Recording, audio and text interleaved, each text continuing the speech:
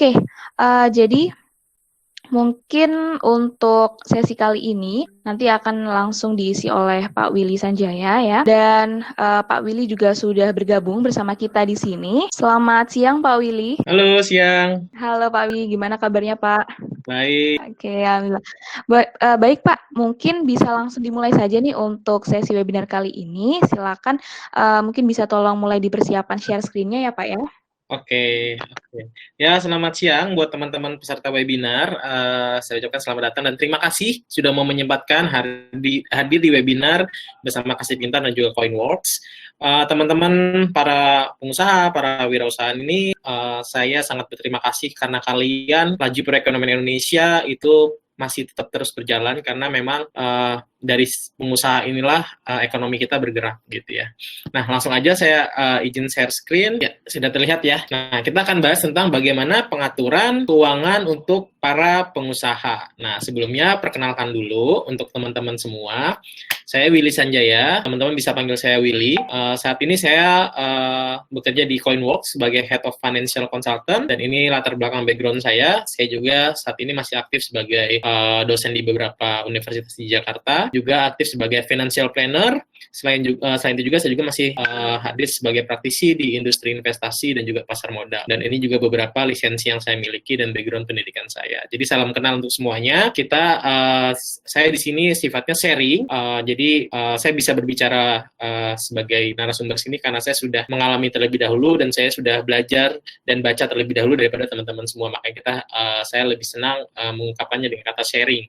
Bukan berarti saya menggurui ya teman-teman, karena saya sendiri jujur masih agak sedikit takut untuk mulai berbisnis meskipun saya ada bisnis kecil-kecilan juga. Nah, oke, kita akan bahas mengenai pengaturan keuangan untuk para pengusaha. Nah, seperti yang tadi awalnya sempat disinggung sama Mbak Falta, para teman-teman masih pada digabung apa enggak nih rekeningnya gitu. Nah, ini basic yang paling atau dasar sekali dari kita mau mulai bisnis. Jadi teman-teman pastikan pertama dulu pisahkan antara kepentingan pribadi dan kepentingan bisnis. Nah, hal ini bisa kita interpretasikan dalam pengelolaan penggunaan rekening. Jadi, rekening dan pencatatan itu harus dipisah antara penggunaan untuk pribadi dan juga untuk kegiatan bisnis. Jadi, jangan dicampur adukan. Meskipun skala kita masih mikro ataupun kecil sekalipun, tetap harus teman-teman pisahkan antara bisnis dan juga rekening pribadi. Itu dulu dasarnya. Kenapa? Karena nanti teman-teman akan kesulitan nih kalau misalnya teman-teman tidak memisahkan antara rekening pribadi dan juga rekening bisnis. Kenapa kesulitannya? Karena bisnis yang teman-teman bangun itu tidak atau kurang bisa menggambarkan kondisi keuangan yang sebenarnya yang terjadi. Jadi teman-teman nanti bingung nih, saya sebenarnya bisnis ini menguntungkan atau enggak, stagnan atau enggak, atau rugi atau enggak, atau sebenarnya menguntungkan sekali tapi karena dicampur adukan, kemudian keperluan pribadi diambil, jadi teman-teman nggak tahu untung dari bisnisnya itu seberapa besar. Gitu. Makanya langkah awal pada saat kita memulai bisnis, kita harus pisahkan dulu pencatatan keuangan kita dan juga rekening untuk kita menaruh dana kita untuk kegiatan bisnis ataupun pribadi. Gitu. Kalaupun memang masih skala kecil, ya kita bisa buat rekening atas nama lain, atas nama teman-teman, tetapi dengan account yang berbeda dengan yang kita gunakan sehari-hari untuk kegiatan pribadi. Itu dulu yang paling gampang dan basicnya. Nah, pada saat situasi sekarang pasti semuanya pada pusing nih ya dengan keadaan pandemi misalnya. Kayak tadi, omset menurun drastis, kemudian terhalang karena PSBB misalnya, atau memang karena kemampuan daya belinya menurun, semua orang pada nahan-nahan untuk belanja gitu. Nah, terus gimana sih kita mensiasatinya seperti itu? Nah, bagaimana kita mensiasatinya? Yang pertama tadi, bisnis kita harus kita tetap jalankan fokus pada horizon tujuan bisnis kita. Setelah kita pencatatan kita pisah, kemudian kita pisahkan rekening, kita inovasi bisnis kita supaya bisa menghadapi situasi pandemi seperti ini. Dan kenapa sih kita harus pisahkan tadi? Pertama ya, kalau teman-teman sudah pisahkan pencatatan dan juga rekening pribadi dan bisnis tadi, teman-teman meskipun usahanya masih berskala mikro ataupun kecil ataupun bahkan menengah, itu akan tampak lebih profesional sekali dilihatnya. Jadi kenapa seperti tadi, teman-teman bisa tahu berapa bisnis kita bisa menghasilkan keuntungan, kemudian gambaran bisnis kita tuh kalaupun kerugian seberapa banyak, kemudian kita bisa memprediksi seberapa besar dan seberapa lama kita bisa bertahan dari situasi-situasi sulit. Nah, jadi ini sangat membantu sekali kalau teman-teman memisahkan rekening untuk pribadi dan bisnis tadi. Dan juga teman-teman akan dilihat oleh pihak lain, baik itu misalnya calon partner, calon investor, ataupun lembaga keuangan bank dan juga non-bank gitu. Kalau teman ingin mendapatkan bantuan permodalan, itu akan terlihat jauh lebih profesional.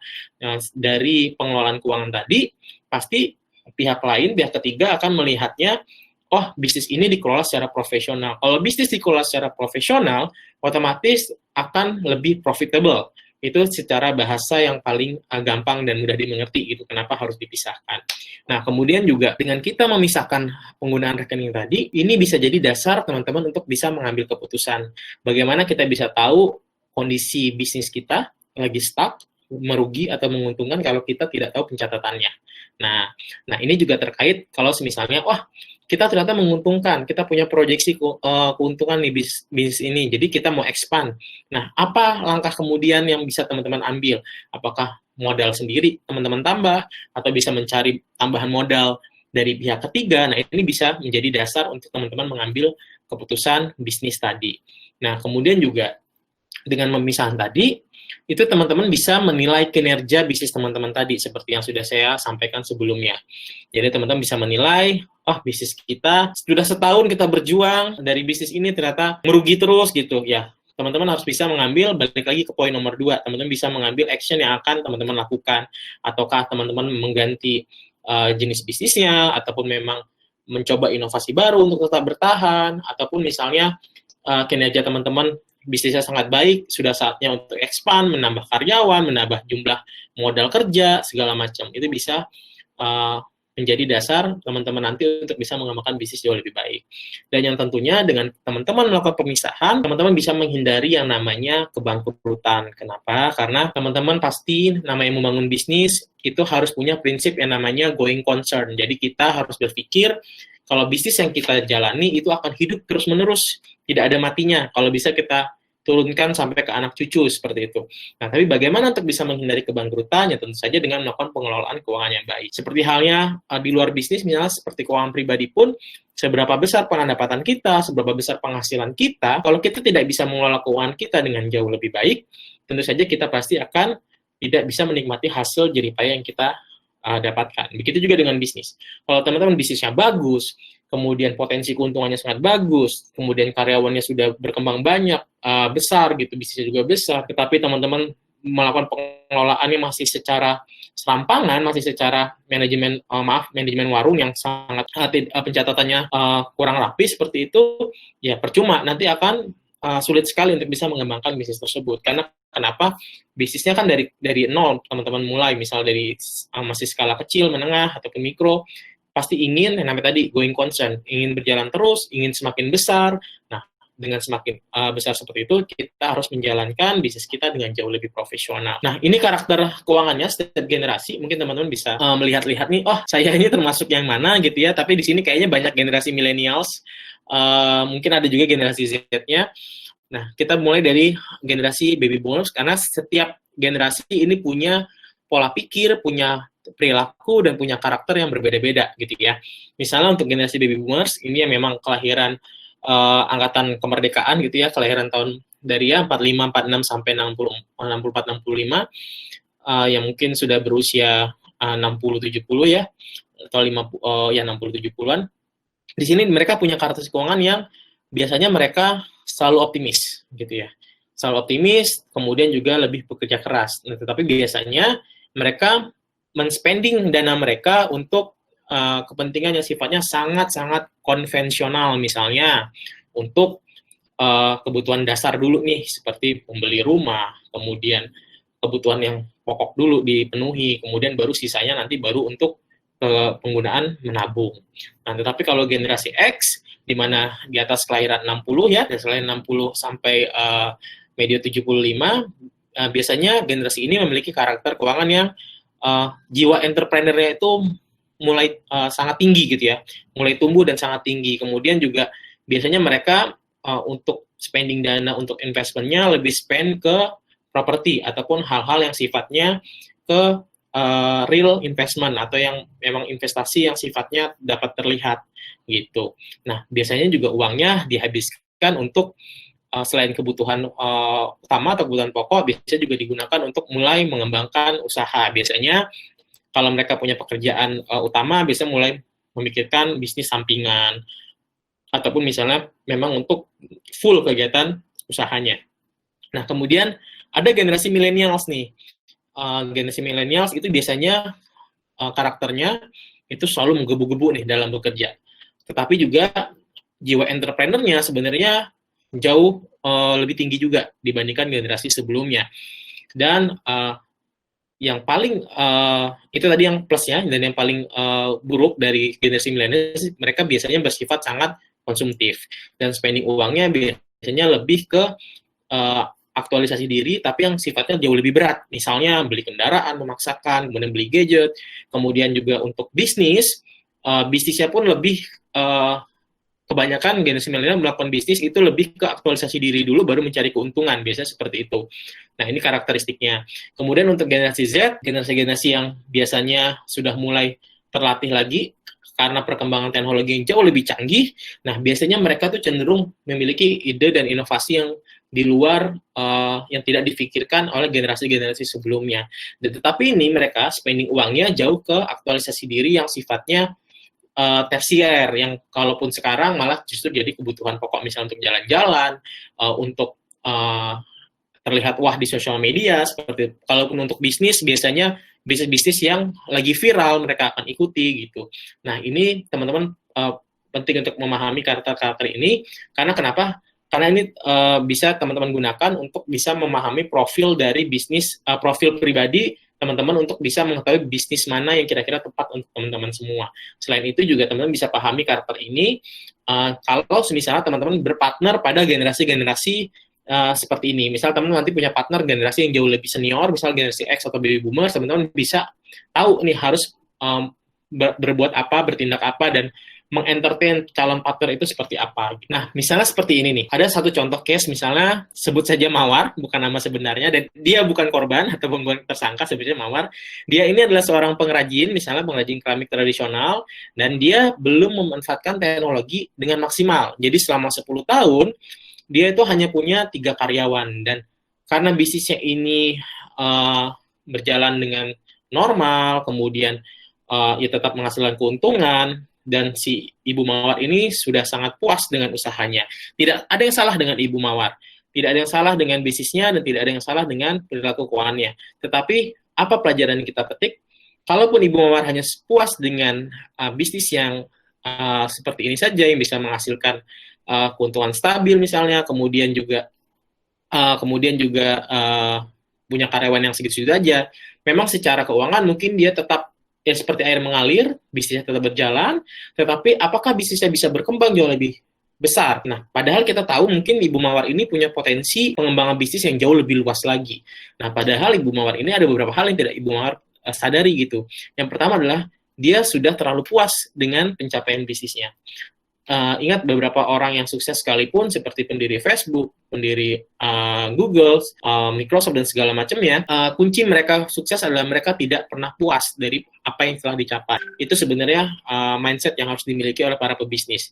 Jadi jangan cepat puas gitu. Kalau kita sekarang bisa mendapatkan segini, kita pasti bisa mendapatkan yang jauh lebih besar lagi gitu. Bagaimana caranya? Nah, itu dengan adanya inovasi, kerja keras, disiplin dan segala macamnya. Kemudian Ibu Mawar ini juga kurang bisa memanfaatkan teknologi digital, terlebih lagi mengenai digital platform.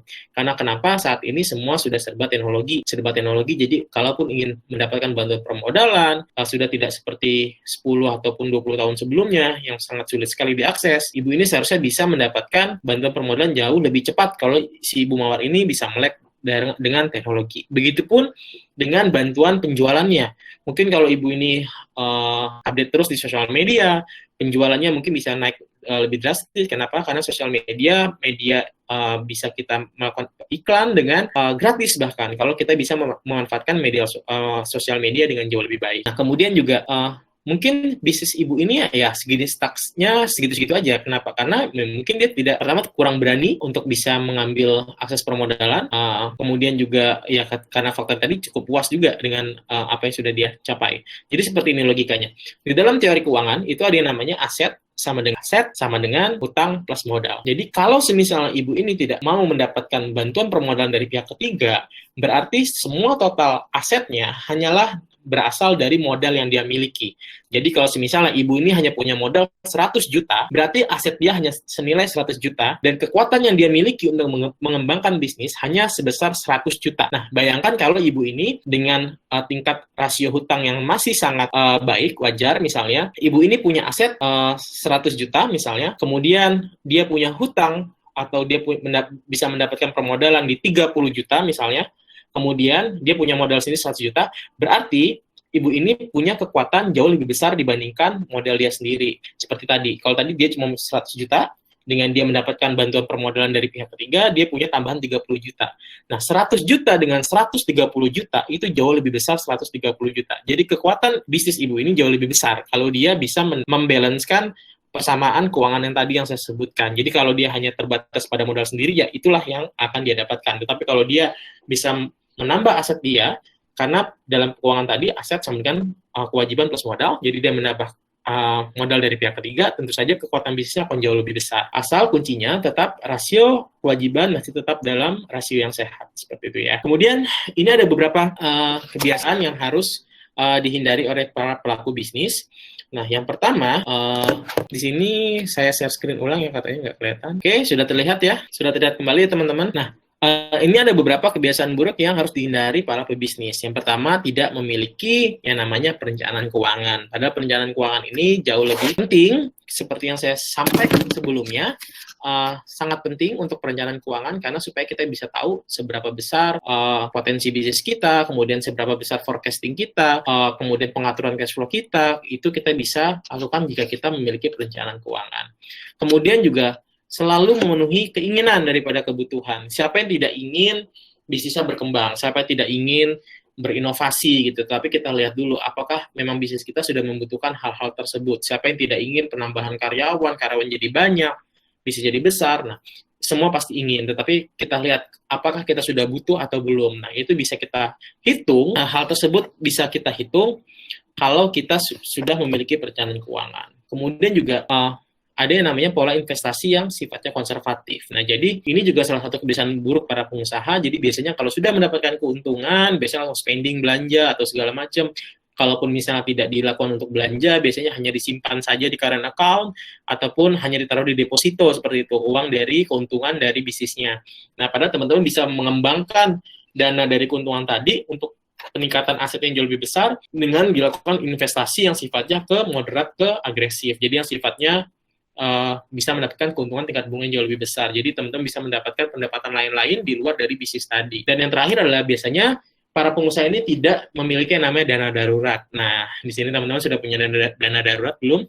Karena kita nggak tahu nih, seperti kemarin, Januari, Februari, sampai pertengahan Maret, kita semua masih seperti biasa, kondisi masih normal, tetapi tiba-tiba COVID-19 masuk ke Indonesia dan kita sudah mulai gonjang ekonominya, kemudian kita sudah terbatas ruang geraknya, bisnis teman-teman juga pasti terpukul. Nah, kalaupun misalnya teman-teman tidak memiliki dana darurat, bagaimana teman-teman bisa bertahan dalam situasi sulit seperti ini? Jadi dana darurat ini sangat penting sekali yang teman-teman bisa gunakan, tidak hanya untuk mengatasi situasi yang sulit, tetapi juga misalnya teman-teman kalau suatu ketika teman-teman mendapatkan ekspansi bisnis yang mendadak, misalnya tiba-tiba ada pesanan, misalnya teman buka rumah makan, punya bisnis di food and beverage, tiba-tiba dapat orderan yang melebihi batas teman-teman biasa produksi, teman-teman pasti membutuhkan modal kerja untuk bisa memproduksi makanan tersebut. Nah, kalau teman-teman tidak memiliki dana darurat, sayang sekali kesempatan tersebut pasti teman-teman akan lewatkan dengan alasan tidak punya modal kerja gitu. Nah, ini juga penting ya. Jadi dana darurat tadi itu salah satu elemen yang tidak bisa dipisahkan dari namanya bisnis. Jadi memang kita bisa gunakan tadi untuk situasi yang sangat tidak kita prediksi sebelumnya, baik itu yang sifatnya negatif, misalnya seperti ada pandemi, kemudian resesi, krisis, ataupun misalnya sifatnya positif, seperti misalnya mendapatkan pesanan tambahan di luar kemampuan seperti biasanya gitu, ataupun mendapatkan kesempatan untuk menjadi partner dari bisnis lain yang mungkin teman-teman inginkan. Nah, manfaatnya apa sih kalau teman-teman punya dana darurat? Pertama, teman-teman bisa mempersiapkan hal-hal yang tidak bisa teman-teman prediksi sebelumnya, seperti misalnya kondisi sekarang, teman-teman tidak bisa mempersiapkan kalau terjadi pandemi. Karena situasi seperti ini seharusnya menjadi pembelajaran bagi semuanya, baik itu masyarakat umum ataupun teman-teman wirausaha semuanya. Jadi kita harus bisa mulai cermat lagi dalam mengatur dan mengelola keuangan. Kemudian dengan adanya dana darurat, kita juga bisa menghindari hutang yang merugikan. Bagaimana hutang yang merugikan? Hutang yang merugikan ini hutang yang sifatnya konsumtif, kemudian hutang yang memang pembayaran bunganya sangat tinggi, karena biasanya kalau dalam keadaan darurat kepepet, kita pasti akan menerima saja si pemberi pinjaman ataupun siapapun yang kita pinjam dananya dengan bunga yang biasanya kurang reasonable, ataupun misal pun kalaupun masih dalam rasio yang normal, itu bunganya masih sangat tinggi sekali. Dan kemudian juga dengan adanya dana darurat tidak mengganggu pola investasi teman-teman. Kenapa? Karena misalnya kalau teman-teman tidak punya dana darurat, tiba-tiba sesuatu hal terjadi, teman-teman pasti akan menarik seluruh aset yang teman-teman miliki, baik itu yang sifatnya aset untuk investasi ataupun aset yang secara pribadi teman-teman miliki. Kemudian juga dengan adanya dana darurat, teman-teman bisa mendapatkan kebebasan finansial yang sangat bebas sekali buat teman-teman semuanya. Kenapa? Karena perencanaan teman-teman berarti sudah dijalankan dengan baik. Karena salah satu komponen perencanaan keuangan, salah satunya adalah dana darurat juga. Seperti itu. Nah, gimana sih cara mempersiapkan dana darurat buat teman-teman semuanya? Pertama, teman-teman harus pahami dulu profil keuangan teman-teman. Jadi, bagaimana teman-teman bisa mendapatkan penghasilan tiap bulan dari bisnisnya, berapa yang bisa disisihkan, kemudian berapa kira-kira omset penjualan, biaya produksi, jadi keuntungannya berapa, teman-teman harus pahami dulu. Kemudian juga menerima masukan uang itu setiap tanggal berapa, itu teman-teman harus pahami dulu. Kemudian setelah itu, baru teman-teman bisa tentukan jumlah dana darurat yang akan teman-teman persiapkan. Minimal, teman-teman harus punya, kalau kita berbicara bisnis, berarti kita menghitung dari total biaya produksi yang teman-teman lakukan tiap bulan. Dan minimal 6 kali dari biaya produksi bulanan. Jadi misalnya teman-teman usahanya, saya usahanya dagang baju nih, misalnya, dan tiap bulan saya membeli stok baju untuk diperdagangkan itu misalnya di 10 juta. Untuk biaya operasionalnya, gaji karyawan, segala macam, total habis di 15 juta misalnya. Berarti teman-teman harus mempersiapkan 15 juta dikali 6, yaitu sekitar 90 juta. Nah, berarti teman-teman harus siapkan 90 juta untuk teman-teman cadangkan di dana darurat. Dan caranya juga bisa diisi pelan-pelan. Jadi tidak harus 90 juta dipersiapkan. Kalaupun misalnya tidak punya 90 juta langsung, teman bisa cicil. Jadi harus dipersiapkan. Jadi tiap bulan, kita sisihkan dulu 5 juta tiap bulan dari hasil penjualan kita untuk kita masukkan dana darurat misalnya ya.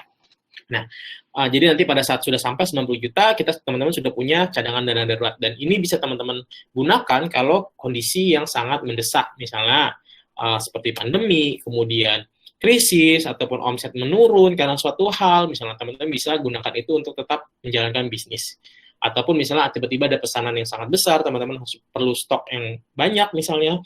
Nah, itu juga bisa teman-teman gunakan. Dan tetapi ingat, untuk dana darurat ini kalau sudah terkumpul, harus teman-teman siapkan rekening khusus lagi di luar rekening bisnis, supaya tidak terpakai. Kalaupun misalnya sudah terkumpul lumayan banyak, sayang kalau hanya didiamkan di current account, jadi teman-teman harus investasikan dana daruratnya di sifat investasi yang sifatnya sangat liquid dan juga tidak terlalu beresiko gitu. Jadi supaya bisa mendapatkan tambahan income juga.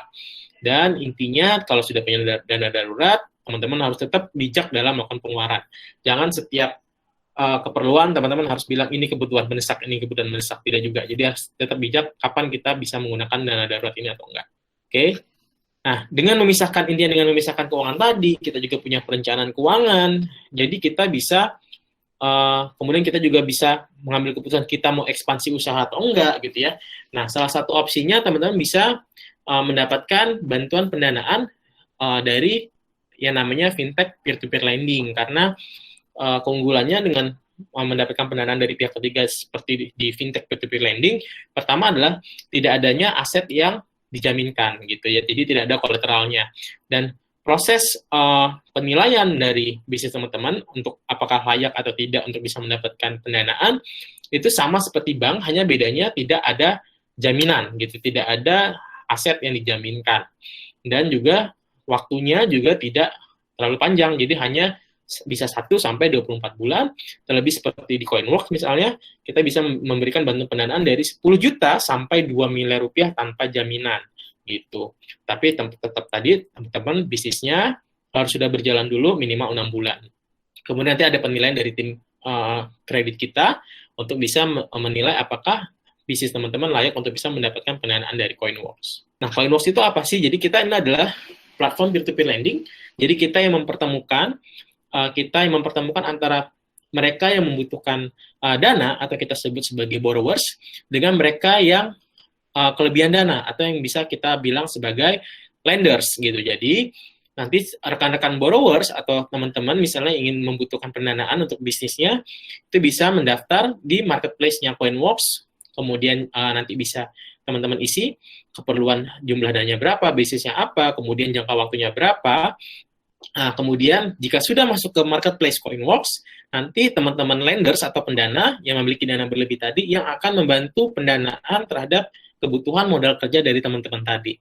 Dan Coinworks ini adalah fintech peer-to-peer lending yang fokus pada productive loan, jadi hanya untuk pendanaan atau pembiayaan untuk yang sifatnya bisnis ataupun untuk kegiatan pendidikan, jadi tidak konsumtif loan. Nah, kemudian dari teman-teman peminjam tadi, itu nanti kita akan analyze kredit, kita berikan kredit scoring, semakin beresiko tingkat bisnis teman-teman dan juga karakter dari bisnis teman-teman, nanti bunga yang dibayar pun akan semakin tinggi, karena ini sebagai bentuk kompensasi kepada lenders atau pemberi dana dari pilihan mereka untuk bisa membantu teman-teman semua. Dan keuntungannya apa? Seperti tadi yang saya bilang, tidak adanya jaminan yang diperlukan untuk bisa mendapatkan pendanaan. Dan prosesnya pun sangat cepat, terlebih lagi kalau teman-teman sudah tergabung di e-commerce yang sudah berpartner dengan Coinworks, itu proses penilaian kredit scoring-nya bisa hanya 1 hari kerja, kemudian juga aksesnya itu sangat cepat sekali, dan juga transparan, dan juga sangat fleksibel sekali terhadap kebutuhan teman-teman semua. Nah, sedikit tentang Coinworks, kita memang saat ini sudah bertransformasi menjadi super financial apps sejak Januari 2020, dan kita juga sudah terdaftar dan diawasi OJK dari 2016, dan di 2019 kemarin kita sudah mendapatkan status berizin dari OJK. Dan kita juga sudah tergabung dengan Pevindo juga untuk bisa kemudian juga data dan kerahasiaan dari seluruh users kita, baik itu borrowers dan juga lenders, kita sangat menjaga hal tersebut karena kita juga sudah mendapatkan ISO gitu ya untuk kerahasiaan data tersebut. Dan tenor pinjaman tadi bisa mulai dari 1 sampai 24 bulan dengan jumlah pinjaman pendanaan di 10 sampai 2 miliar rupiah tanpa jaminan. Dan juga kalaupun misalnya ada pembayaran dipercepat, itu tidak ada penalti atau apapun gitu. Untuk produknya, seperti yang tadi saya sampaikan, kita hanya fokus pada kegiatan bisnis ataupun pendidikan. Seperti di Coin Business, kita juga bisa untuk produk di invoice financing. Nah, syaratnya gimana sih untuk pengajuan pinjamannya? Untuk perorangan, ya teman-teman bisa bisnisnya berjalan minimal 6 bulan sampai 1 tahun sebenarnya. Kemudian juga omsetnya minimal 10 juta per bulan, dan nanti ada data-data yang akan diminta saat teman-teman mengajukan sebagai borrowers di Coinworks. Nah, ini yang paling penting, mutasi rekening 3 bulan terakhir. Nah, tadi sangat related dengan apa yang saya jelaskan di awal. Kalaupun misalnya teman-teman menggabungkan antara rekening bisnis dan juga rekening pribadi, pada saat mutasi rekening itu akan tidak terlihat mana yang bisnis, mana yang pribadi gitu. Karena kan mutasi tidak mungkin dijelaskan, ini untuk makan, ini untuk beli stok barang, kan nggak mungkin. Nah, kalaupun misalnya teman-teman sudah berbentuk badan usaha, ada beberapa dokumen yang nanti diperlukan untuk submit di aplikasi kita. Jadi, teman-teman bisa download apps kita dulu untuk bisa menjadi peminjam. Seperti itu. Nah, tipsnya gimana sih supaya pinjaman baik? Ini berlaku untuk semua platform gitu ya, tidak hanya untuk Coinworks. Tetapi memang yang pertama, bisnis harus lebih dikelola secara profesional. Salah satu tadi dengan memisahkan tadi rekening pribadi dan rekening bisnis. Kemudian jangan lupa berikan foto ataupun visa mencerminkan bisnis teman-teman semua. Jadi bagi si penyedia platform juga nanti akan bisa melihat, oh ternyata bisnisnya memang benar ada dan memang sangat baik secara prospek. Dan juga teman-teman bisa mulai menilai kemampuan pengembalian dari pembayaran itu seberapa besar gitu. Nah, pembukuan tercatat rapi itu terkait dengan pemisahan tadi. Dan prospeknya, bisnisnya bagaimana secara forecast-nya itu juga teman-teman bisa tampilkan di projection income ataupun projection cash in dan cash out-nya. Seperti itu. Nah, buat teman-teman yang masih bingung apa itu Coinworks, teman-teman bisa download aplikasi Coinworks di App Store ataupun di Google Play Store, dan teman-teman bisa untuk mengajukan pinjaman untuk bantuan permodalan, teman-teman bisa klik saja juga bisa di bit.ly/rekkw, teman-teman bisa isi datanya, nanti tim kita akan menghubungi teman-teman semua. Jadi dengan satu aplikasi ini, kita sudah menjadi super financial apps, dan selain itu untuk teman-teman yang memiliki dana idle berlebih untuk diinvestasikan sebagai pendana, teman-teman juga bisa download aplikasi ini dengan mendaftar sebagai pendana. Nanti teman-teman bisa membantu pendanaan ke borrowers yang lainnya gitu. Jadi teman-teman bisa bertindak sebagai borrowers ataupun teman-teman bisa bertindak sebagai pendana. Dan kalau untuk sebagai borrowers atau peminjam, teman-teman bisa coba klik link di bit.ly/rekkw. Seperti itu. Oke, terima kasih. Ya, saya kembalikan ke host. Oke, baik Pak Willy. Terima kasih atas materinya. Sangat insightful dan sangat berguna ya untuk Sobat Kaspin juga, terutama yang sedang mengembangkan bisnisnya. Nah, langsung aja nih sekarang kita langsung menuju ke sesi tanya-jawab. Jadi mungkin jika ada Sobat Kaspin di rumah yang ingin bertanya, ataupun masih ada yang dibingungkan, bisa langsung mengajukan pertanyaan via chat yang ada di Google Meet. Nanti saya akan membacakan pertanyaan dari Sobat Kaspin supaya bisa langsung dijawab oleh Pak Willy. Oke, nah ini Pak Willy, ada pertanyaan pertama dari Diki Nugraha. Mau nanya, untuk pengukuran keuangan suatu usaha yang baik seperti apa ya? Misalkan untuk laba rugi perusahaan atau ideal biaya gaji karyawan itu berapa persen dari total omset? Lalu bahan baku itu berapa persen, energi berapa persen, dan lain-lain gitu. Nah, mungkin ini bisa dijawab dulu Pak untuk yang pertanyaan pertama, silakan. Oke, jadi kalau untuk pertanyaan berapa dari total omsetnya, kurang lebih untuk gaji karyawan, bahan baku, energi, dan segala macamnya. Jadi teman-teman harus pisahkan dulu mana yang sifatnya fixed cost, mana yang variable cost. Idealnya fixed cost itu tidak lebih dari 40%. Jadi fixed cost ini yang biayanya memang tidak tergantung dari berapa total produksi teman-teman dari barang tersebut. Jadi misalnya untuk gaji karyawan, sewa tempat, kemudian apalagi ya, biaya karyawan, sewa tempat, kemudian misalnya untuk maintenance alat itu kan tidak peduli seberapa besar barang atau produksi dari teman-teman. Jadi itu di 40%. Sedangkan untuk variable cost-nya kalau bisa tidak lebih dari 20%. Variable cost ini yang mengikuti total produksi teman-teman. Misalnya ada barang-barang beberapa variable cost, misalnya biaya listrik tambahan, kemudian ataupun misalnya termasuk biaya energi, itu kan sifatnya variable cost ya, tergantung dari kapasitas produksi teman-teman semua misalnya, ataupun misalnya tenaga bantuan itu ya termasuk variable cost. Jadi kalau bisa tidak lebih dari 40% untuk fix dan 20% untuk variable cost gitu. Itu idealnya, tetapi di lapangan terkadang memang situasi itu agak sedikit berbeda, berubah, dan juga sangat dinamis gitu. Nah, teman-teman bisa mengejar sendiri.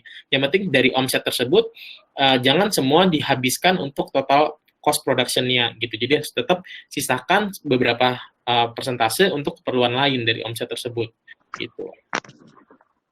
Oke.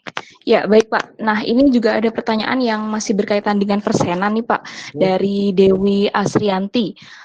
Untuk bisnis dalam bidang F&B, berapa sih perhitungan persen yang proporsional antara margin modal dengan laba atau keuntungan per produk?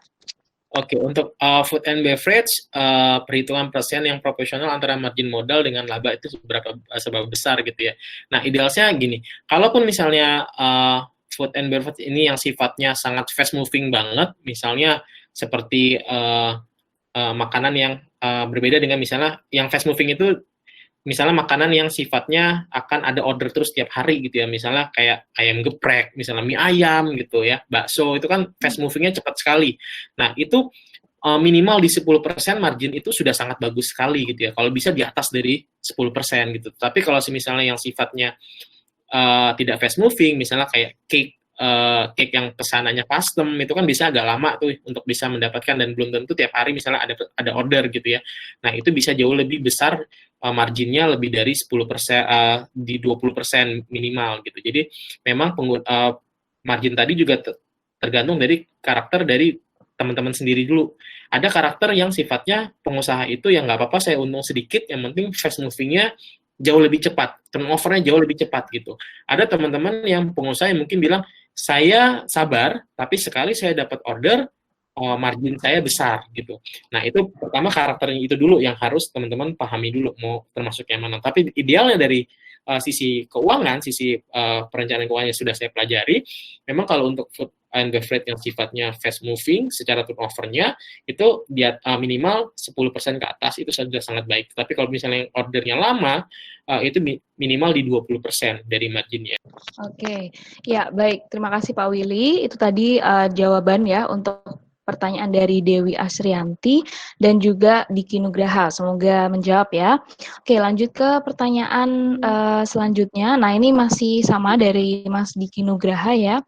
Pertanyaannya adalah poin apa saja yang harus ditampilkan di KPI dalam pelaporan keuangan dan performance keuangan perusahaan, Pak?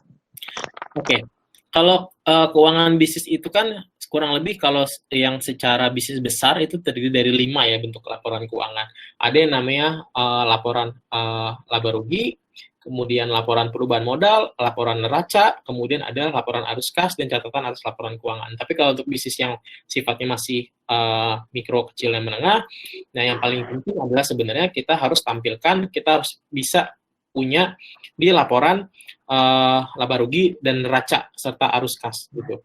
Itu dulu yang paling penting. Perubahan modal kalau misalnya teman-teman pusing mikirinnya, skip dulu nggak apa-apa. Tapi setidaknya kita punya laporan laba rugi, kita punya neraca, kita punya laporan arus kas. Nah, yang dilihat tentu saja kalau laporan laba rugi itu komponennya hanya pendapatan dan juga beban. Jadi hanya 2 komponen tersebut yang ada di laporan laba rugi, pendapatan dan beban. Sedangkan kalau untuk laporan arus kas atau cash flow statement-nya itu yang komponennya adalah berapa cash in, berapa cash out, gitu ya, berapa yang masuk, berapa yang keluar. Dan aktivitasnya sebenarnya ada 3 aktivitas.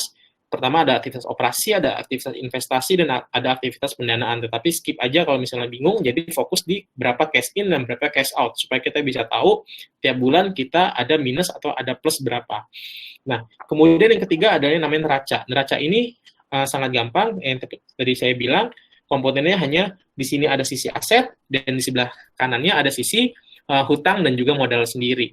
Nah, jadi poin-poin itu yang sangat penting untuk teman-teman pahami dulu untuk bisa membuat yang namanya laporan di laporan keuangannya gitu. Jadi teman-teman bisa lihat dari laporan pendapatan laba rugi tadi, seberapa besar pendapatan kita, seberapa besar biaya-biaya kita hingga menghasilkan laba atau rugi bersihnya berapa. Nah, kemudian dari laba rugi bersih tadi ini sebenarnya akan mempengaruhi ke laporan perubahan modal. Tapi kalau teman-teman masih bingung, di skip juga nggak apa-apa. Nah, nanti bisa kita lihat di laporan cash in cash out-nya, teman-teman bisa punya prediksi nih kira-kira bulan depan atau bulan sekarang dan juga bulan depan kita kekurangan dana seberapa besar, karena kita akan menghitung tanggal berapa kita masuk keluar dan juga tanggal berapa kita keluar masuk uangnya. Nah, kemudian di neraca teman-teman bisa melihat posisi dari bisnis teman-teman semua, harta dan juga hutang serta modal teman-teman sendiri itu seberapa besar. Jadi komponen itu sih sebenarnya yang teman-teman harus pahami untuk bisa menilai laporan keuangan perusahaan tadi. Gitu. Kalaupun intinya sebenarnya mana yang komponen yang penting, 5 poin tadi. Tapi kalau misalnya sulit, coba bikin yang 3 dulu. Baru nanti ke yang laporan perubahan modal dilengkapi. Baru nanti catatan laporan keuangannya juga dilengkapi gitu. Nggak usah dibikin pusing untuk laporan keuangan, yang penting harus bisa menggambarkan kondisi bisnis yang sebenarnya gitu. Oke, baik Pak Willy. Itu ya tadi untuk pertanyaan dari Mas Diki Nugraha, semoga menjawab ya. Oke, lanjut. Nah, ini ada pertanyaan dari El Firman Sebayang. Untuk dana cadangan, apakah boleh dipergunakan untuk modal apabila kita berencana mengembangkan usaha ke level selanjutnya? Ya, tadi ini dana cadangan termasuk mungkin yang dimaksud dari dana darurat ya. Nah, tadi saya sudah sebutkan dana darurat ini dana yang bisa kita gunakan dalam kondisi yang tidak terduga. Nah, baik itu kondisi yang sifatnya negatif ataupun kondisi yang sifatnya positif. Negatif tadi seperti krisis, pandemi, resesi, ataupun misal omset menurun drastis, itu bisa kita gunakan untuk bisnis kita bertahan dari goncangan tersebut. Atau sifat kondisi yang sifatnya positif. Yang positif ini seperti misalnya kita mendapatkan tiba-tiba orderan di luar kapasitas produksi kita secara normal misalnya.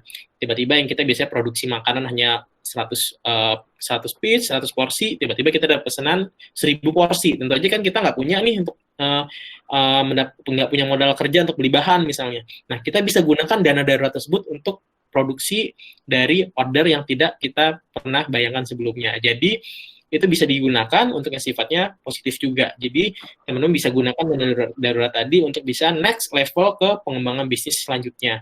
Tapi dengan catatan, begitu kita menggunakan dana darurat yang kita miliki, kita harus langsung mengisi ulang dana darurat tersebut. Jadi misalnya kita punya dana darurat 100 juta, kemudian kita pakai 50 juta karena tiba-tiba ada expand bisnis yang sangat peluang bisnis yang tidak bisa kita lewatkan, dan jangan lupa 50 juta yang sudah kita pakai tadi harus segera kita isi lagi supaya dana darurat tadi, supaya kita punya ketenangan bisnis dalam menghadapi situasi yang tidak terduga tadi. Oke, baik. Terima kasih, Pak. Selanjutnya, sebentar. Oke, nah ini berkaitan dengan tips and trick nih, Pak. Dari Mas Romi Sailendra mau meminta rekomendasi nih, tips dan trik bagaimana meningkatkan penjualan di kala pandemi seperti ini. Oke, bagaimana meningkatkan penjualan di kala pandemi? Kalau di saat pandemi ini kita tahu kalau kita terbatas ruang gerak, kemudian juga mungkin kita terbatas oleh perilaku masyarakat yang mulai mengkeep uangnya untuk tidak belanja terlalu berlebihan misalnya.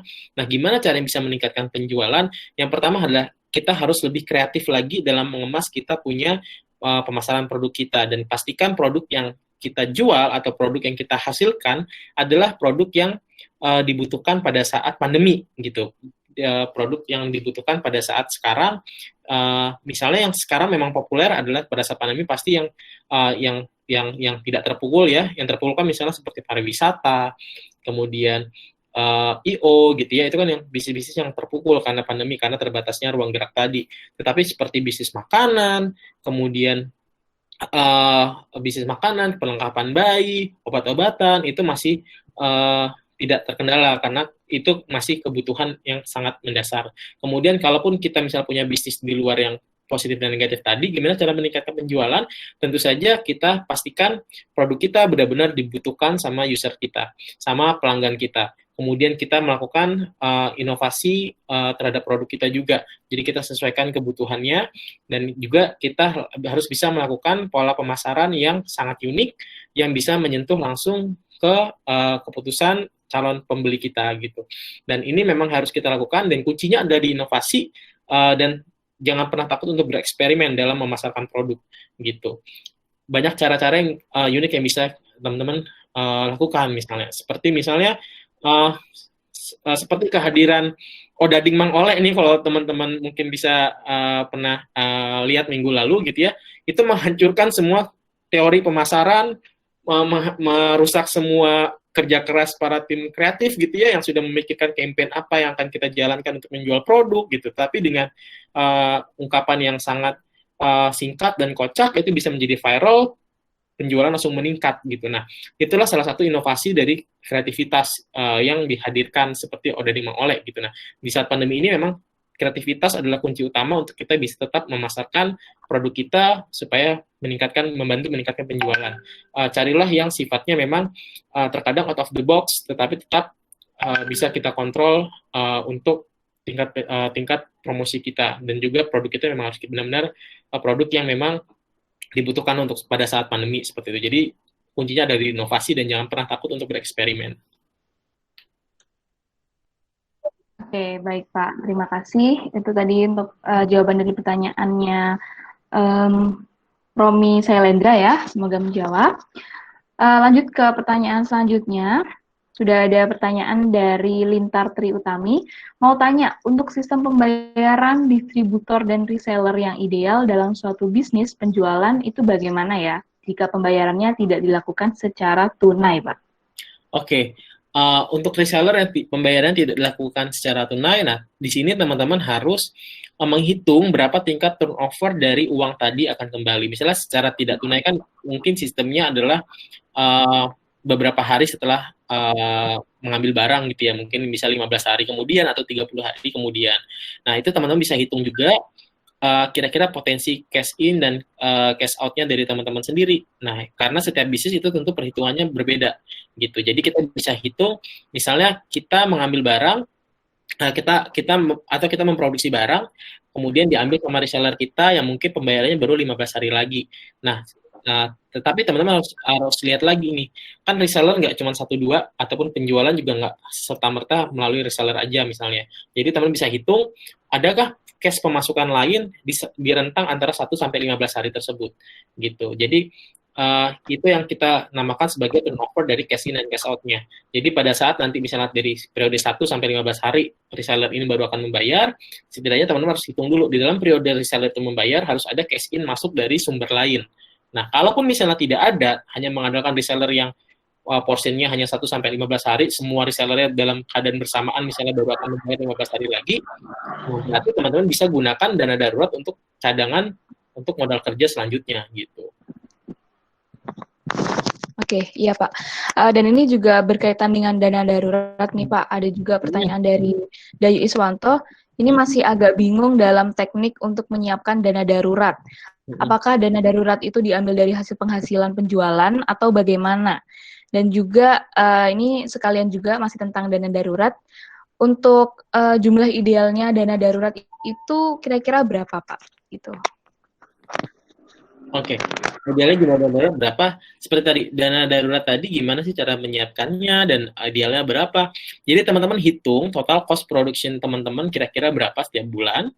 Kalau sudah dapat cost-nya misalnya 10 juta saya perlukan untuk total semua biaya produksi. Tadi saya sebutkan minimal teman-teman punya 6 kali dari total produksi tiap bulan. Jadi kalau misalnya teman-teman semuanya sudah include semua ya, semua biaya-biaya misalnya 10 juta habisnya, berarti teman-teman minimal harus punya 60 juta yang teman-teman bisa cadangkan di dana darurat. Nah, ini dari mana ngambilnya? Pertama, perencanaan keuangan itu teman-teman bisa gunakan pola 1, 2, 3, 4. Jadi di mana minimal 10% teman-teman dari pendapatan bisnis ya, minimal 10% itu bisa gunakan untuk investasi, kemudian 20% tadi bentuk variable cost, kemudian 30% bisa gunakan maksimal untuk berhutang, kemudian 40% bisa digunakan untuk fixed cost-nya. Jadi kalau teman-teman belum memiliki dana darurat, 10% dari alokasi investasi tadi bisa teman-teman alokasikan untuk dana darurat dulu. Jadi misalnya tadi kita sudah pastikan 60 juta kita taruh di dana darurat. Nah, kemudian teman-teman pendapatan bulanannya yang sudah bersih keuntungannya tiap bulan misalnya dapat 5 juta. Berarti 10% dari 5 juta tadi atau 500.000 itu kita masukkan ke pos dana darurat kita tadi. Terus gitu tiap bulan sampai dapat di angka ideal di 60 juta tadi. Minimal di 60 juta, syukur bisa lebih gitu. Jadi kalaupun misalnya sudah ada sedikit terkumpul, misalnya sudah terkumpul 50%-nya, teman-teman bisa alokasikan dana darurat tadi ke investasi yang sifatnya liquid tadi, yang liquid dan juga memiliki risiko yang rendah supaya bisa mendapatkan tambahan income juga gitu. Misalnya ke deposito, reksadana pasar uang, atau pendanaan di peer-to-peer lending yang risikonya rendah gitu. Jadi teman-teman bisa alokasikan dana tersebut. Nah, kemudian kalau itu sudah dilakukan terus rutin, nah teman-teman bisa mulai punya ketenangan nih dalam berbisnis. Jadi kalau misalnya terjadi sesuatu yang tidak terduga, sudah ada cadangan dana daruratnya. Oke, baik Pak. Terima kasih. Nah, itu tadi ya teman-teman, untuk lebih detailnya tentang pengelolaan dana darurat seperti apa dan juga idealnya seperti apa, tadi sudah dijelaskan juga oleh Pak Willy, sangat detail dan semoga menjawab untuk pertanyaan-pertanyaan Sobat Kaspin di rumah gitu. Nah, ini selanjutnya, nah ini ada pertanyaan lagi dari Diki Nugraha.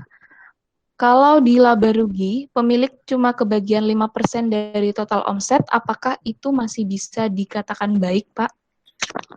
Iya, mendapatkan 5% dari total omset itu juga masih tergolong baik. Beruntung karena kenapa? Karena kita masih orang Indonesia, jadi biasanya orang akan ngomong masih untung gitu. Tapi memang kurang ideal gitu ya, tetapi tetap saja masih baik. Kenapa? Karena bisnis yang baik sebenarnya bisnis yang berprospek. Jadi secara continue tetap menghasilkan tingkat keuntungan gitu. Nah, berapapun persentase besar kecilnya. Kadang juga bisnis kan kadang naik turun, kadang kita bisa mendapatkan persentase yang besar, kadang malah kita meskipun mendapatkan persentase tapi secara total kita rugi gitu ya. Nah, kalau dikatakan baik atau enggak tetap baik 5% meskipun memang belum di angka yang ideal gitu. Nah, jadi teman-teman mungkin bisa lebih fast, lebih secara apa namanya turnovernya bisa lebih fast moving lagi untuk yang omsetnya memang di bawah 10%. Turnover dari penjualnya harus lebih cepat lagi perputaran uangnya supaya bisa secara total pada setiap akhir bulan itu bisa lebih besar dari 5% tingkat keuntungannya gitu ya, secara akumulasi gitu. Jadi memang tetap saja baik, tapi memang kurang ideal gitu. Jadi teman-teman bisa pacu lebih cepat lagi untuk perputaran uangnya gitu. Oke, baik. Begitu ya, Mas Diki. Jadi tetap baik, namun memang belum ideal gitu. Nah, ini masih lanjut nih Pak, pertanyaan dari Mas Diki juga. Ada tips nggak Pak untuk pembuatan laporan keuangan ke investor? Kita harus membuatnya seperti apa? Oke, yang untuk laporan keuangan tentu saja hal pertama adalah kejujuran gitu ya. Jadi sebenarnya jangan pernah melakukan earning management atau manajemen laba ataupun mengcreate sedemikian rupa bisnis kita itu untung terus gitu ya. Pokoknya intinya dalam penyusunan laporan keuangan, etika dalam penyusunan laporan keuangan juga perlu diperhatikan. Jadi tetap kejujuran dalam proses penyusunan laporan keuangan. Kenapa? Karena bisnis laporan keuangan tersebut mencerminkan keadaan sesungguhnya dari kondisi keuangan bisnis teman-teman semua gitu. Dan yang kedua, kalau bisa dilihat, kalau misalnya teman-teman punya kewajiban atau hutang, jangan lebih dari 30% portion hutang tersebut dari total aset yang teman-teman miliki. Gitu. Jadi kalaupun misalnya bisnisnya secara apa namanya secara portion misalnya hutangnya banyak gitu ya, tentu saja investor akan melihat, wah, ini berarti tiap keuntungan pasti akan lebih besar membayar hutang gitu. Jadi berapa total keuntungan yang bisa kita dapatkan kalau misalnya semua keuntungan hanya untuk membayar hutang. Tapi juga kalau misalnya tidak memiliki hutang, kalau dari sisi keuangan itu pun sangat tidak baik juga gitu. Kenapa? Tadi yang sudah saya sampaikan,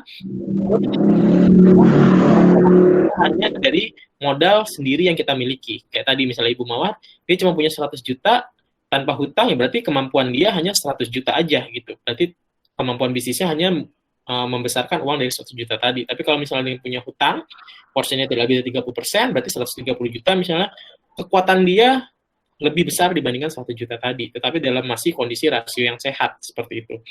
Nah, kemudian juga dari proses berapa pendapatan cash in cash out-nya, alur cash flow-nya itu juga bisa kita lihat. Jadi memang banyak dari sisi investor, kalau misalnya mereka sudah expert sekali dalam membaca laporan keuangan, itu bisa sangat cepat untuk mengetahui apakah bisnis ini berprospek atau enggak. Apakah bisnis ini pencatatan keuangannya benar atau enggak, ngaco atau enggak gitu misalnya, apakah ada permainan dalam laporan keuangan itu juga bisa cepat diketahui gitu. Jadi pertama memang kuncinya adalah etika dalam penyusunan laporan keuangan, ini kejujuran dalam proses pencatatannya.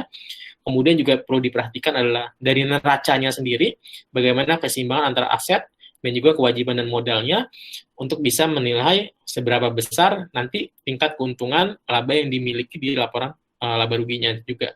Dan cash in cash out-nya akan kita lihat stabilitas dari keuangannya dalam menjalankan bisnis. Seperti itu. Oke, terima kasih Pak. Dia untuk jawaban dari pertanyaannya Mas Diki. Terima kasih Mas Diki atas pertanyaannya. Nah, lalu ini ada Sobat Kasbin di rumah yang ingin konsultasi nih Pak kayaknya nih. Beliau ini bercerita bahwa sudah 7 bulan buka usaha minuman kekinian. Omsetnya lumayan, tapi keuntungannya belum kelihatan karena pengelolaan keuangannya masih kacau.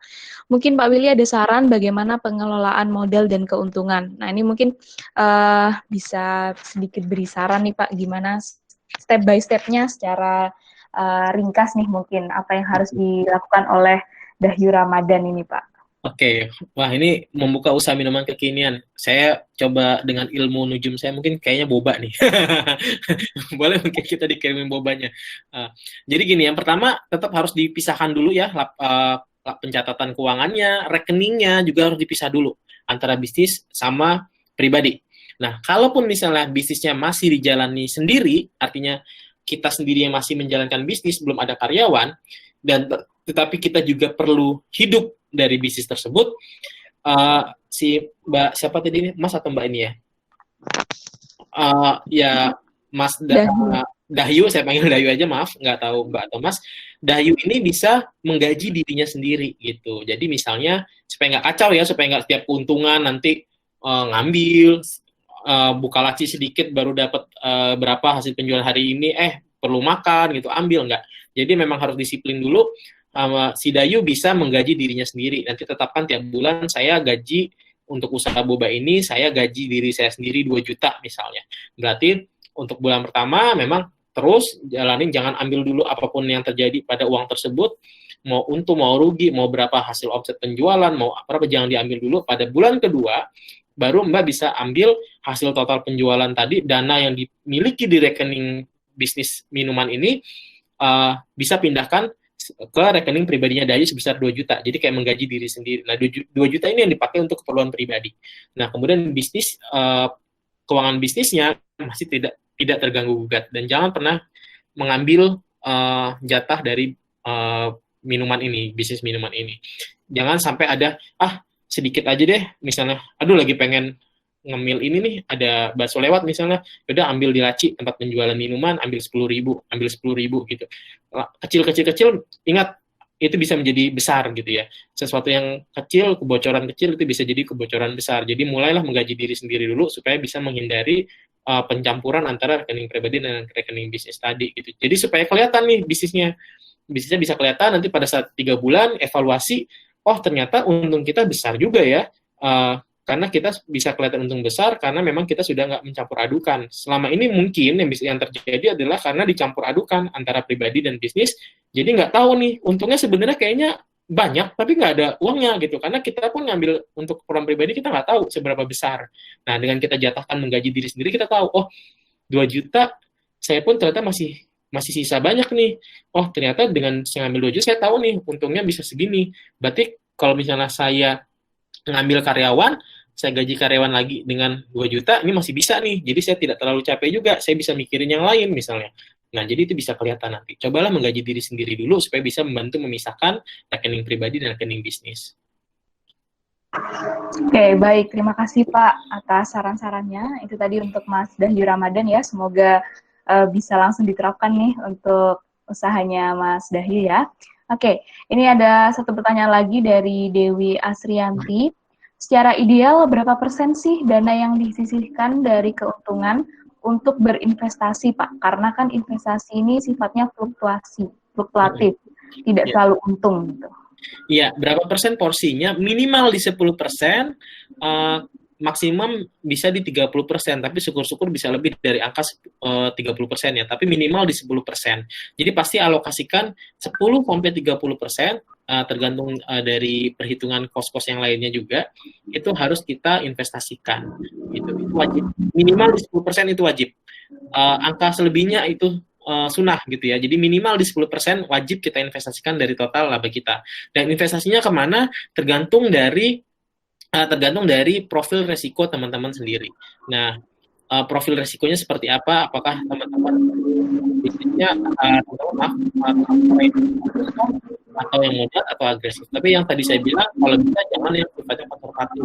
Karena kita menyisihkan keuntungan untuk kita investasikan 10% tiap bulan dari total keuntungan kita, kalau bisa untuk sifatnya jangka panjang. Jadi lebih baik ke instrumen investasi yang sifatnya moderat ke agresif. Misalnya reksadana campuran, kemudian kalaupun mau obligasi perusahaan, atau misalnya menengah tinggi bisa digunakan juga. Kalaupun mau deposito boleh, tapi porsinya tidak banyak. Ya. Oke, baik. Terima kasih Pak. Itu tadi semoga menjawab ya untuk Dewi Asrianti. Wah, ini ternyata masih ada pertanyaan lagi dari Sobat Kastin. Bisa kita lanjut terlebih dahulu. Nah, ini dari Lalu Nasel. Nah, ini kayaknya juga mau konsultasi nih, Pak. Jadi, Lalu Nasel ini sudah membuka konter selama 3 tahun. Kalau dilihat dari omset meningkat, tapi saya belum pernah membuat pembukuan.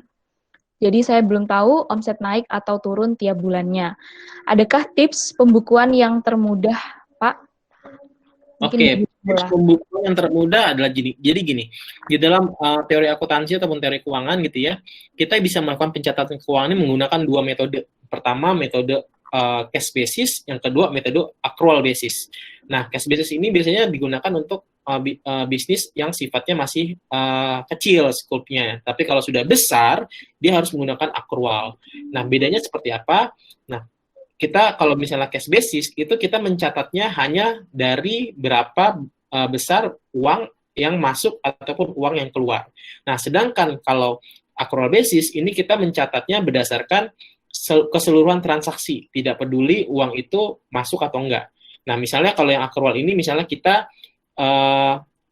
melakukan penjualan tetapi pelanggan kita berhutang gitu. Nah, kita sudah mulai mengakui kalau kita sudah punya transaksi pada saat kita memberikan pinjaman ke pelanggan kita gitu. Tapi kalau cash basis itu tidak kita catat. Kita nanti hanya mencatat kalau kita terima uangnya saja dari si pembeli.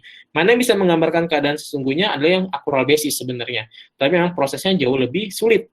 Karena memang biasanya digunakan untuk perusahaan yang besar. Tapi kalau misalnya untuk usaha yang masih kecil bisa gunakan cash basis, tapi nanti harus beralih ke accrual basis. Nah, untuk seperti Mas Lalu Nasel bisa menggunakan cash basis dulu karena dia minta yang paling simpel, yang termudah. Jadi dari semua transaksi uang kas masuk dan kas keluar itu harus dicatat. Jadi misalnya, kita ada pemasukan nih hari ini dari penjualan ABCDE, nah itu kita catat sebagai cash in. Kemudian besok kita mau beli stok barang, itu kita catat sebagai cash out. Gitu. Nah, dari cash in, cash out itu nanti tiap minggu itu kita summary, tiap minggu kita summary sampai nanti kita dapat summary tiap bulan berapa cash in, berapa cash out. Jadi nanti dari situ bisa kelihatan berapa tingkat uang masuk dan uang keluarnya. Dan kemudian jangan lupa, meskipun kita hanya mencatat cash in, cash out, kita harus mencatat lawannya juga. Lawannya artinya apa? Misalnya kita secara pencatatannya, misalnya kita mendapatkan uang masuk, berarti kita masuk ini sebagai kas pada pendapatan. Misalnya kita catat kas pada pendapatan. Kemudian pada saat kita keluar barang untuk misalnya kita membeli stok, kita catat sebagai persediaan barang terhadap kas. Jadi kasnya akan berkurang. Jadi nanti akan terlihat berapa total penjualan dan berapa total persediaan barangnya. Jadi akan terlihat nanti untung ruginya seberapa besar. Ini yang cara yang paling simpel. Tetapi cash basis ini sebenarnya tidak bisa menggambarkan kondisi real karena transaksinya berdasarkan uang masuk dan uang keluar.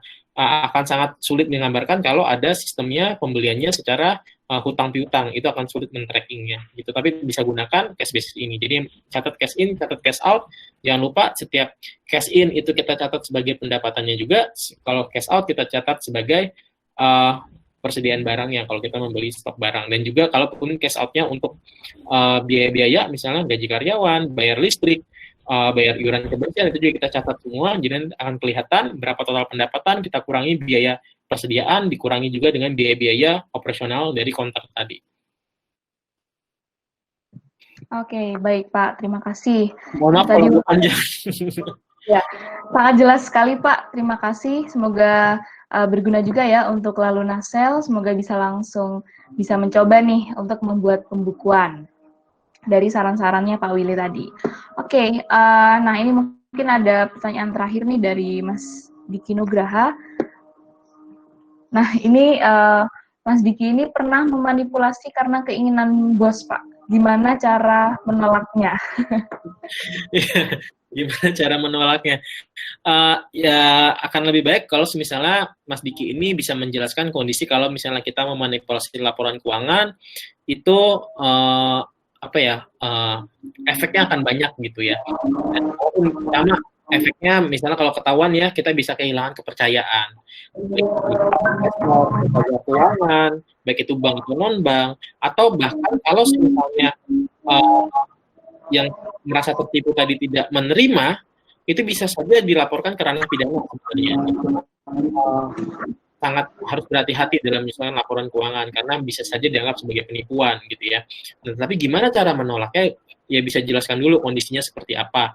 Kalau kita memanipulasi itu bisa kehilangan kepercayaan, kemudian secara etika nggak bagus, kemudian bisa juga bisa masuk ke ranah tindakan hukum gitu ya, itu juga bisa dilakukan. Tapi kalaupun misalnya tetap dipaksakan, pastikan untuk kita yang membuat laporan keuangan minta bentuk pertanggungjawaban dari si bos kita misalnya. Oke, saya tetap membuatkan, tapi minta pembebasan dari tanggung jawab atas pembuatan itu. Kalau memang saya terpaksa dan memang saya yang disuruh membuat seperti ini gitu. Dan karena memang bagi mereka yang sudah expert membaca laporan keuangan, kemudian mereka hanya bisa men-tracking pembuktian terbalik dengan audit, itu sangat cepat sekali sih ketahuan kalau misalnya ada manipulasi atau enggak gitu. Karena kasus-kasus perusahaan besar pun yang memanipulasi laporan keuangan, begitu ketahuan itu sanksinya sangat luar biasa sekali gitu. Jadi kalau memang secara etika laporan keuangan itu kita harus punya etikanya juga, karena kejujuran itu dalam bisnis itu sangat penting sekali karena kalau ya bagaimana ya, bisnis itu kita mencari, selain mencari uang, kita juga mencari keberkahan gitu ya dalam bisnis. Jadi kita juga tidak sebisa mungkin tidak ingin merugikan orang lain gitu. Jadi laporan keuangannya salah satu indikator tadi untuk bisa menggambarkan kondisi keuangan yang sebenarnya. Jadi kalau dari proses pembuatannya saja sudah tidak relevan, itu akan sangat sulit untuk ke depan dan selanjutnya gitu. Oke, baik Pak. Terima kasih sarannya. Semoga bermanfaat ya untuk Mas Diki ya Mas ya. Oke, nah ini juga ada beberapa pertanyaan ya dari Bargi Imawan. Bisakah aplikasi Kaspin ditambah beberapa sistem pembayaran seperti game, kredit motor, dan lain-lain? Nah ini mungkin saya jawab sedikit ya. Jadi untuk saran-saran dari Sobat Kaspin, pasti kami pertimbangkan karena nanti Kasir Pintar pasti akan selalu improve dengan fitur-fitur barunya ya. Oke, dan yang nomor 2 ini, bisakah aplikasi ini dijadikan sebagai wadah penampungan? Jika ada yang cari barang, Sahabat Kaspin bisa rekomendasi barang yang kami jual. Kita sudah ada fitur namanya All Shopping. Nah, nanti jika ingin tahu lebih lanjut, bisa langsung menghubungi kontak person dari Kasir Pintar.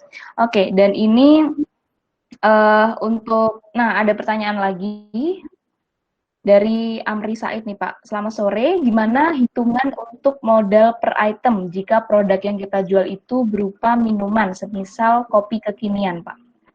Oke, untuk bagaimana untuk hitung cost per itemnya gitu ya. Nah, ini bisa teman-teman lakukan sebenarnya gini, karena kan memang keuangan ini, financial dan juga accounting ini salah satu metodenya adalah yang namanya perkiraan gitu ya. Jadi ada namanya memang metode perkiraan, nggak semuanya akan tepat, tapi setidaknya kita bisa gunakan metode ini. Gitu juga teman-teman bisa lihat misalnya kita beli bahan baku kopi produk A, misalnya untuk kopi biasa gitu ya, produk A itu komponennya apa aja, misalnya kopi, susu, gula, misalnya 3 komponen ini. Kemudian itu komponen utamanya ini yang kita hitung gitu. Jadi misalnya 1 kilo kopi, prosesnya berapa bentuknya gitu, 1 kilo kopi, 1 kilo gula, dan 1 liter susu gitu, kopi gitu.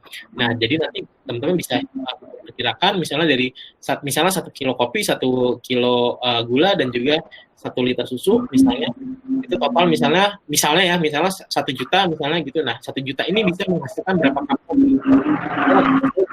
Bisa untuk 50 cup kopi ya, berarti 1 cup kopi juga 1 juta dibagi 10, sekitar 20.000 misalnya. Berarti itulah cost per unitnya gitu. Jadi kita harus hitung secara perkiraan.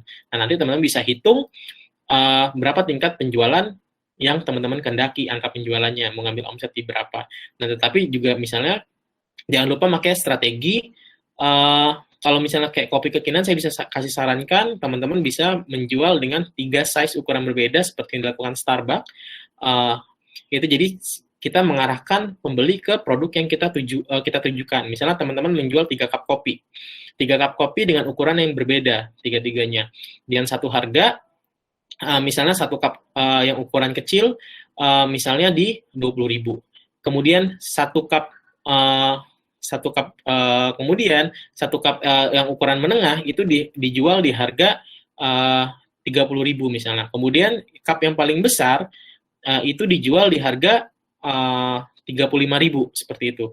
Nah, jadi kita mengarahkan sebenarnya si pelanggan kita untuk membeli di cup yang ukuran besar 35.000. Jadi mereka pun dalam membeli juga tidak merasa harganya kemahalan karena memang gap antara selisihnya itu sangat sedikit sekali gitu. Jadi memang kita harus ada strategi produknya juga. Jadi supaya dari cost yang kita hasilkan kita bisa mengarahkan pembeli itu untuk bisa membeli ke produk yang kita inginkan. Itu juga.